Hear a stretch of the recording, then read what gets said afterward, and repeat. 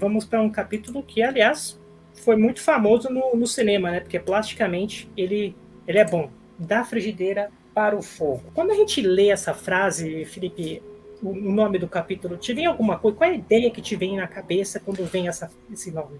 Eu vou começar com um questionamento, na verdade. Esse ditado da frigideira para o fogo, ele é um ditado popular em inglês? É, Ah, bom. é um ditado, tipo, milenar. Quando Sim, existia a panela, começaram a falar desse ditado aí. sim. Inclusive, eu fiquei tentando, ontem, quando eu reli, tentando pensar num similar em português, um similar. Até um similar mineiro, mas não consegui me vir alguma coisa. Eu traduzo mais ou menos, tipo, tava ruim, mas ficou pior. Mas ficou pior, né? Sim. Mais ou menos essa ideia. Eles saíram das tretas dos Goblins para cair numa outra que a gente vai descobrir. A gente vai ver aqui que novamente o Bilbo é muito bonzinho. Quando ele escapa pulando igual um cabrito e com as roupas todas rasgadas, ele começa a se pensar: puxa, acho que eu devia voltar, porque vai que eles estão presos lá. E aí o Bilbo começa um embate mentalmente falando: eu não quero, mas eu vou voltar. Quando ele decide, ele escuta as vozes dos anãos. Olha isso. E aí, quando ele escuta os anãos, o que os anões estão falando? Eles não querem voltar. Ele pensa em voltar para eles, e eles não queriam voltar para ele. E o Gandalf dando uma bronca em todo mundo. Sim, eu Olha adoro a bronca que o Gandalf dá, é muito boa. como o mundo é, né? Ele pensando nos eles e os caras querendo abandonar. Estavam tendo tentativas aí de achar um ditado popular e tiveram algumas, mas eu acho que a do Rodolfo dá pra quase encaixar, ó. Não é exatamente a mesma coisa, mas o sentido acaba sendo o mesmo. Se ficar, o Pegadinha. bicho pega, se correr, o bicho come. Não, Boa. dá, É isso aí. dá pra encontrar. É isso aí. Tem a do meme, né? Já tava ruim. O cara parece que piorou. Sim. Isso. Burglar pra Thief. Aí fica gatuno, né? A gente tá acostumado a escutar. E aí quando a gente escuta o ladrão tem peso. Sabe a gente que xinga pra tudo? Aí quando a pessoa te xinga de verdade, você não sente, né? É mais ou menos essa ideia, né? O Bilbo fala assim: quer saber? Eu vou bater uma pegadinha nesses caras aí. Ele sai do Balin, que era um vigia, e fala: aqui está o gatuno, disse Bilbo, entrando bem no meio dele e tirando o anel. Rapaz, como eles pularam! Então deram gritos de surpresa e deleite. Gandalf estava tão espantado como qualquer um deles, mas provavelmente mais contente do que todos os outros. Chamou Balin e disse o que pensava de um vigia que deixava alguém chegar tão perto deles assim sem aviso. O fato é que a reputação de Bilbo entre os anãos melhorou um bocado depois disso. Sim. Se eles ainda duvidavam que ele fosse um gatuno de primeira classe, apesar das palavras de Gandalf, então pararam de duvidar. Eu amo essa frase, porque é um momento típico ali da conquista de confiança do herói com seus aliados, que existe e se repete em várias obras de fantasia. Por exemplo, como eu relatei que na minha infância li Harry Potter antes do Senhor dos Anéis, quem já leu Harry Potter deve se lembrar da frase: há poucas coisas que você faz sem que nasça uma amizade. Derrotar um trasgo montanhês é uma delas. Que é a frase que com certeza tem inspiração daqui. O momento em que teve alguma atitude, algum ato que a partir dali tal personagem ganhou a confiança, ganhou o respeito, ganhou a aliança dos outros. Né? É muito massa ver isso aqui que vai influenciar tantas outras obras. Exatamente. É engraçado porque quando a gente vê o livro que eu indiquei do George MacDonald, A Princesa do Gobelin, esse livro aqui, você fala assim: nossa, mas eu já vi essas coisas nesse livro e em vários outros. Não. Esse começou. Os outros Esse é que começou. copiaram dele. E o Hobbit tem muito disso. O começo do capítulo 5, que a gente falou, né? Quantos filmes, quantos livros depois não tem essa pegadinha, né? E esse daí também, agora mudou, agora a gente tá vendo ele de outro jeito. Foi o que o Adriano falou, ele foi do level 1 pro level 5 rapidinho. Tem uns trechinhos que eu separei aqui que eu achei sensacionais. Então quiseram saber de tudo sobre as aventuras dele depois que o perderam de vista. E Bilbo se sentou e contou tudo, exceto a descoberta do anel. Agora não, pensou. Olha que ligeiro. Tipo, não vou diminuir meu passe. minha ação tá alta. Não vou baixar a cotação agora. Deixa, depois eu conto. Ou não. Um pouquinho mais pra frente eles falam. Contou do Gollum, né? Então pulei por cima dele e escapei e desci correndo até o portão. E os guardas? Perguntaram eles. Não havia nenhum? Oh, sim. Vários deles. Mas me esquivei. Fiquei preso na porta que só estava entreaberta e perdi vários botões. Disse tristemente, olhando para suas roupas rasgadas. Mas no fim consegui me espremer para passar. E aqui estou eu. Os anãos olharam para ele com um novo tipo de respeito quando falou sobre se esquivar de guardas, pular por cima de Gollum e se espremer pela porta como se aquilo não fosse muito difícil ou assustador. Os anãos, tipo, pagando o pau. E aí é falado na frente. O que foi que eu disse? Comentou Gandalf rindo. O Sr. Bolseiro contém mais do que vocês imaginam. Lançou sobre Bilbo um olhar esquisito por baixo de suas sobrancelhas frondosas ao dizer isso. E o Hobbit ficou pensando se o mago já imaginava que parte de sua história ele tinha deixado pra fora. É muito ligeiro, né? E dá pra imaginar outro ator que não o Ian McKellen fazendo essa sobrancelha? Esse olhar? É difícil. O jeito que o Ian McKellen faz a voz, que ele imposta, que ele mexe a boca, até o diz, né? Até o jeito que ele pisca, gente. É o Gandalf encarnado. A Camille perguntou se já era parte do efeito do anel. Não, o anel você tem que usar muito, depende. Ele só foi liso mesmo. E o Rodolfo trouxe um ótimo pensamento. Esse momento mostra muita evolução do personagem. Se antes Bilbo gritava atingido por um relâmpago, e agora ele escolhe contar ou que não contar. Ou seja, ele tá ficando malaca. Ele tá ligado nas coisas, né? Ele tá entendendo que o mundo precisa de um jogo de cintura ali e tal. Depois disso, a gente vê o Gandalf fala que precisava de um gigante para ajudar ele a fechar a porta ali. E aí ninguém entende até hoje que raio de gigante é esse. Tipo, sabe aquelas coisas do Hobbit que só aparecem no Hobbit? E ninguém depois faz ideia de quem seria o gigante que poderia ajudar a rolar essa porta para fechar a saída dos goblins. De qualquer forma, o Bilbo deu aquele miguezinho, contou a história do anel, e aquele negócio, né? Mas na verdade que o Bilbo mentiu. É que toda história tem 3 lados. A minha, a sua e a verdadeira. Que é um pouquinho de cada. O Bilbo contou a dele. E eu acho que, embora eu sinta que nesse momento 90% ali do sentimento dele seja uma coisa de, não, o que o César falou, né? Esse é o meu momento de me provar. Então eu não vou deixar eles pensarem que eu só consegui porque eu tinha esse artefato poderoso aqui comigo. Apesar de que eu acho que 90% do sentimento é esse, acho que tem uns 10% ali que deve ter ficado na cabeça assim, gente, aquela criatura, aquele Gollum, ele protegia isso aqui, ele queria isso aqui com tanta gana, com tanta sede. Isso aqui não é só um anel que me permite ficar invisível. Será que é só isso? Eu acho que ainda tem ali uma pontadinha até de medo também. Exatamente. Na verdade, tudo a gente está descobrindo junto com o Bilbo. Sim. Esse é o lance. Então a gente está quase que em primeira pessoa. Mesmo que o narrador nos traz algumas coisinhas, a gente também tá descobrindo, né? Eu adorei esse. Bilbo aprendeu com as ruas, digo, com as trilhas. Nesse capítulo aqui, eles começam a andar porque eles querem fugir antes que a noite caia, porque à noite os goblins vão sair. E no meio disso daí, eles começam a passar umas presepadas, que cai pedra, escorrega, porque montanha grande tem disso. E isso é tudo um eco biográfico da mesma viagem que o Tolkien fez em 1911, quando ele era menino, para a Suíça, né? Esses ecos biográficos aparecem em todas as obras do Tolkien, mais ou menos, mas esse em especial acontece muito no Hobbit. E eles vão parar, tipo, numa clareira, que é perto de uma ponta de um penhasco, de pinheiros escuros. E a gente vai ver que depois a Terra-média tem uma parte de pinheiros escuros, a gente tem um TT, o TT 759, Erenvorn. Sim, a gente tem um vídeo falando só sobre pinheiros escuros. Eu preciso muito fazer uma pergunta. Me diga que você tem aí, salvo do seu lado, esse TT 759. Você não lembrava de cabeça que era o TT 759, né? Esse não, mas eu lembro vários Ah, outros de tá. cabeça. Não, é porque eu vivo me surpreendendo com as coisas que você fala da sua memória, César, sobre Tolkien. Mas aí quando você me mandou o TT759, eu falei, que? Se você me Não, perguntar qual foi o primeiro vídeo do meu canal, eu não sei. Aí de repente o cara me mandou, é o 759.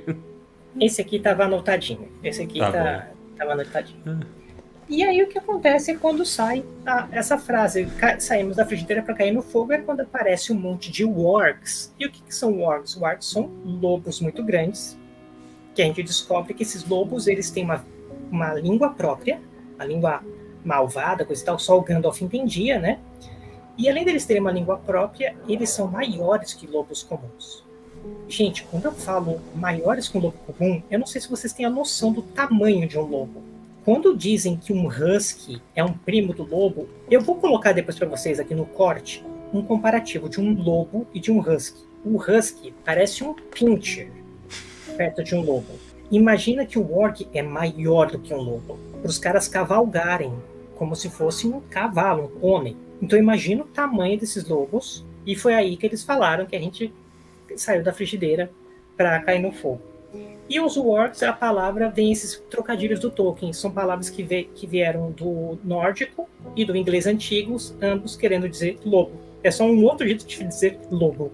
E só um comentário aí, uma das partes que eu destaquei da leitura, novamente voltando para aqueles trechos em que o Tolkien entra para lembrar que ele está contando aquela história, então ele tem os seus comentários de contador de história, que eu tinha até perguntado pro César, mas essa da frigideira pelo fogo realmente é um ditado popular da língua inglesa, né? Ele confirmou que é, e é muito bom quando ele fala que é o Bilbo que fala do escapar de goblins para ser atacados por lobos, ou é um dos anãos? Foi o Bilbo.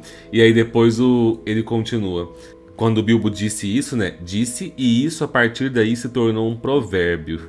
Então, assim, é muito massa que isso se tornou um provérbio, mas que chegou até nós, né? Agora nós dizemos da frigideira para o fogo. Achei muito massa.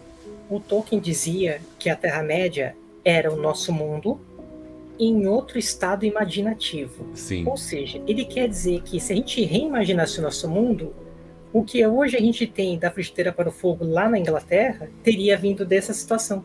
Olha como ele é maluco quando ele mistura o mundo primário, que é o mundo real, com o mundo secundário, que é o mundo inventado. Não dá para falar o número de camadas que tem num livro desse. É muita camada. É muita. Você pode apreciar ela em, sei lá, 10 níveis diferentes. Muito engraçado. Um autor que eu vou falar que se inspirou, e esses se inspirou são fontes da minha cabeça. Se é inspiração direta a isso, não sei, mas com certeza deve ter sido. Mas que usa isso muito bem nas obras dele é o Robert Jordan com A Roda do Tempo, onde ele traz essa mesma ideia, né, de que é o mesmo mundo que nós conhecemos, mas em épocas, em estados imaginativos diferentes, e ele está sempre fazendo esses links de coisas, ditados populares, né, menções a histórias, e é muito Tolkien quando ele faz isso. O Tolkien faz isso no Silmarillion, explicando as marés, o eclipse. Ele fala por que o eclipse acontece. Aí ele fala que tem uma hora que o Sol fica perto da Lua. E ele explica por que isso acontece. Sim. Muito doido, cara. Muito doido. Obrigado, pessoal. Vocês que estão demais aqui. Não esquece de dar o like, tá? Dá o like aí. Se você está vendo o corte, também dê o like. Uma pergunta, César, que às vezes me perguntam, todos os lobos da Terra-média eram maus? Sempre digo que nem todos. Exato. Os lobos da Terra-média eram como lobos do nosso mundo.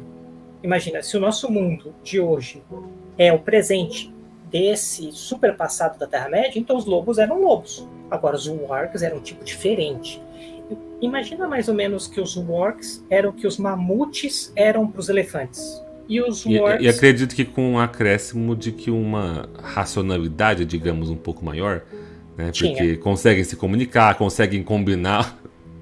Perdão pela risada, mas é porque eu rio tanto quando chega nesse capítulo e conta que eles tinham marcado com os goblins pra estar lá, que parece tanto uma conversa. Ó, a tal hora eu quero te ver lá na nossa clareira. Você não se atrasa. Hoje, hein? Por favor. Então, assim, são lobos mais evoluídos que conseguem marcar um rolê com os goblins. Então, aqui é muito profundo. pra gente falar de Rei dos Lobisomens, teria que ser tipo Duas Torres ou Silmarillion. Mas lobisomem é uma coisa, lobo é outra e o Warg é outra. Tem uma conexão? Tem. Mas uma coisa que o pessoal tem dificuldade para entender, por exemplo, lobisomem no Senhor dos Anéis e no Hobbit e no Silmarillion, ele não anda em duas patas. O lobisomem do Silmarillion anda em quatro. É um lobo grandão, só que é um lobo que tem um espírito maligno dentro. Então ele tem um espírito malicioso dentro. É como se fosse um corpo de lobo possuído por um demônio, entendeu? Isso é um lobisomem. Mas é tudo primo. É, mais ou menos primos. Uns primos meio precisando de uns exorcismos, mas é. E aí, todos eles sobem nas árvores e é dito: e Bilbo? Ele não conseguiu subir em árvore alguma e ficou zanzando de tronco a tronco, feito um coelho que não acha seu buraco e está sendo perseguido por um cachorro. Você deixou o gatuno para trás de novo, disse Nori a Dori olhando para baixo. Ou seja, escolheram... O Dori, coitado, gente. Eu imagino, coitado, aí no final das contas ele tem que abaixar, ele sobe nas costas aqui, né? Dá o pulinho, tadinho do Bilbo. A gente descobre que no meio do caminho os orcs tinham esse encontro marcado, ou seja, estava perto o final deles, porque os goblins sobem árvore e poderiam derrubar as árvores, né? Coisa que os orcs não podiam fazer. Eles são aliados, né? Os goblins não são, tipo, chefes dos orcs. Eles são aliados porque eles queriam atacar os homens das matas. Tinham vilarejos ali. E esses homens, eles eram corajosos, arqueiros, tal. Então, eles queriam atacar. Encontrar com a companhia do Thorin foi meio que um por acaso. O Gandalf é bom de fazer fogos, né? O negócio dele é fogo. Me perguntaram se ele já tinha o Anel do Fogo aí. Já tinha. O Anel do Fogo estava há 3.000 anos com ele já, desde o começo da Terceira Era. O Gandalf coloca uma magia numas chamas e as chamas saem coloridas, azul, vermelha, verde e tal. E essa chama, quando ela pega, ela espalha mais rápido, né? E ela não apaga fácil. Numa dessas, a gente fica sabendo que o Senhor das Águias estava de olho. O Senhor das Águias dá uma olhada ali e fala: vamos ver qual é esse rolê. Ou seja, já começou a festa na floresta, né? Tipo, os orcs marcam com os goblins, marcam com os wargs, as águias também vêm. No meio da história ali, o Gandalf conhecia as águias pegam, né, o grupo inteiro, exceto quem é esquecido, como foi esquecido na parte das árvores. Novamente, esquecem o coitado do Bill. E aí a gente tem um ótimo comentário novamente do Dori. Logo a luz do incêndio parecia fraca lá embaixo, um pontinho de luz vermelha contra um chão negro. E eles estavam bem alto no céu, subindo sem parar em grandes círculos rodopiantes. Bilbo nunca esqueceu aquele voo, agarrado aos tornozelos de Dori. Ele gemia: meus braços! Mas Dori se lastimava: minhas pobres pernas! Eles escapam, a gente descobre que o Gandalf era amigo do Senhor das Águias, né? E termina com um sonho. São vários capítulos desse livro que terminam com sonhos. E aqui eu quero deixar um desafio para todo mundo, que a gente vai conversar sobre isso no sexto encontro. Vocês viram que no sexto encontro, que é a recapitulação, vai ter aquela história do Hobbit de 37, de 51 e de 66, certo? Aqui fica um outro desafio, hein? Presta atenção. No finalzinho do capítulo 6, da Frigideira para o Fogo, é dito: dormiu ajeitado na rocha dura mais profundamente do que jamais dormira na sua cama de penas da pequena toca em sua terra. Dá um liga nisso aqui agora. Mas sonhou a noite inteira com sua própria casa e vagou em seu sonho por todos os cômodos diferentes, procurando algo que não conseguia achar nem recordar que aparência tinha. Quero saber os pensamentos de vocês. Vocês podem mandar agora aqui, mas no sexto encontro a gente vai discutir o que Bilbo procurava nesse sonho e ele não achava e nem se recordava. Ele procurou dentro da própria casa e não achou algo. E aí, Felipe, você tinha se tocado nesse finalzinho desse... Eu sempre interpretei esse aqui como um anel. Como se... Sim. Esse questionamento seu me ficou aqui agora, assim, existem outras interpretações. Acho que eu nunca parei para analisar esse trecho. Sempre falei assim, o anel. Né? Como se fosse assim, ele tá no sono ali, ele já é ele começando a sentir uma dependência, a sentir falta, né? Apesar de que agora que você... já tô vi um comentário ali que eu achei muito interessante e já explodiu minha cabeça. Eu tô igual aquele menino, a Natália Então, Alves, ó. eu vou levantar essa daqui no sexto encontro. Hum. Mas pra mim não é o anel. A Natália matou a charada. Ele não se encontrava mais aonde ele se encontrava antes. Em nenhum cômodo ele era o Bilbo que era. Ele já não era mais aquele Bilbo. É uma frase no final do capítulo que não tinha nada a ver. Porque essa transformação começou no capítulo 5, depois no capítulo 6. Olha, a Natália foi com uma flecha em cima da outra. Sabe quando uma flecha rasga a que já estava no meio do... A Falei com Amor meio que complementou com o último comentário. Talvez ele buscasse o conforto de ser quem era antes. É legal pensar nisso, porque a casa é um símbolo do conforto pra ele, né? E assim como a típica jornada do herói começa no chamado pra aventura e vai terminar no retorno às origens, o retorno pra casa, aqui nós temos um lá e de volta outra vez. Só que o de volta, o final do livro traz muito essa noção de que ele tá de volta. O lugar pode ser o mesmo, mas ele não. Ele não isso aí, vai Rodrigo, voltar tamo ao aquele mesmo meme agora do carinha explodindo na cabeça, é isso aí. Exato. A mulherada tá forte aqui. Demais. Muito bem, muito bem. Aliás, César, o chat tá sensacional. eu queria fazer só um comentário sobre esse capítulo, que é uma coisa que eu gosto bastante. Você comentou aí atrás das águias e falou de quando ele mostra que elas eram amigas do Gandalf e tal. E é só uma coisa que eu gosto muito que o Tolkien faz nesse livro aqui. E eu gosto de pensar no Tolkien utilizando esses elementos quando ele escreveu o Hobbit, onde ele já sabia que ele tinha um universo gigantesco nas mãos, ele já estava trabalhando em detalhes do Silmarillion, já estava montando ali, organizando a sua mitologia, digamos assim. Até porque né? ele estava escrevendo o Hobbit e o Silmarillion juntos, né? Então... Sim, que é o seguinte, o Tolkien, ele sempre soube como utilizar elementos dos contos de fadas, dos contos populares. Só que eu acho muito legal quando a gente vê um autor que tem respeito pelas figuras de contos de fadas e contos populares em relação à complexidade que essas figuras têm. Porque nós vivemos numa sociedade contemporânea que passou a enxergar os contos de fadas como algo voltados para o público infantil, e a gente muitas vezes encara elementos de contos de fadas como um lobo mau, por exemplo, um lobo que está correndo atrás de um ser pequenino para tentar devorar ele, como algo tipo assim, é personagem de história para criança, não tem profundidade, não tem complexidade. E quando você olha para esse livro aqui, pensando nele como um livro infantil, quando de repente, no meio do capítulo, tá tendo uma perseguição, o narrador para e ele fala, o Senhor das Águias que tava ali no canto, e você fica, quem raios é o Senhor das Águias? Parece uma coisa, a princípio, a um olhar mais raso, muito infantil. Tipo, entendi, é tipo uma floresta encantada em que os animais são mágicos, todos os animais falam, os lobos, aí tem as águias que falam também. Só que aí, quando você... Mesmo se você nunca leu mais nada do Tolkien, não sabe o que vai rolar em Senhor dos Anéis, não sabe do Silmarillion, você já vê ali nas entrelinhas, quando o Tolkien estabelece que essas águias tinham uma amizade com Gandalf, né? Essas águias têm uma organização própria, elas têm opiniões, tudo. Um histórico. Você tem todo um histórico, você já vê então assim...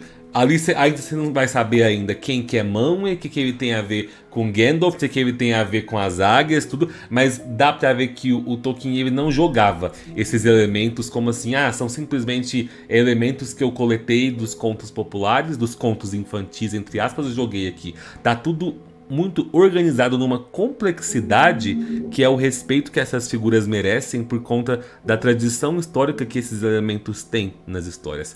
Isso é muito fantástico. É muito bom porque quando você olha outras histórias, você continua gostando de escritores mais novos, tal, assim, mas quando você olha pro Tolkien, você fala como ele sabe quando você para dar uma mão de cera ou para pintar uma casa, você dá uma. O Tolkien dava 5. Sabe? Era uma tinta, em cima da tinta, em cima da tinta, até a casa começar a brilhar. Era um polimento extra, em cima do polimento, em cima do polimento. Não tinha preguiça. Sim. E as próprias águias têm um significado super pesado dentro da mitologia da Terra-média, que é o legendário, né? Por falar em águias, então, a gente tem aí o nosso 7º capítulo.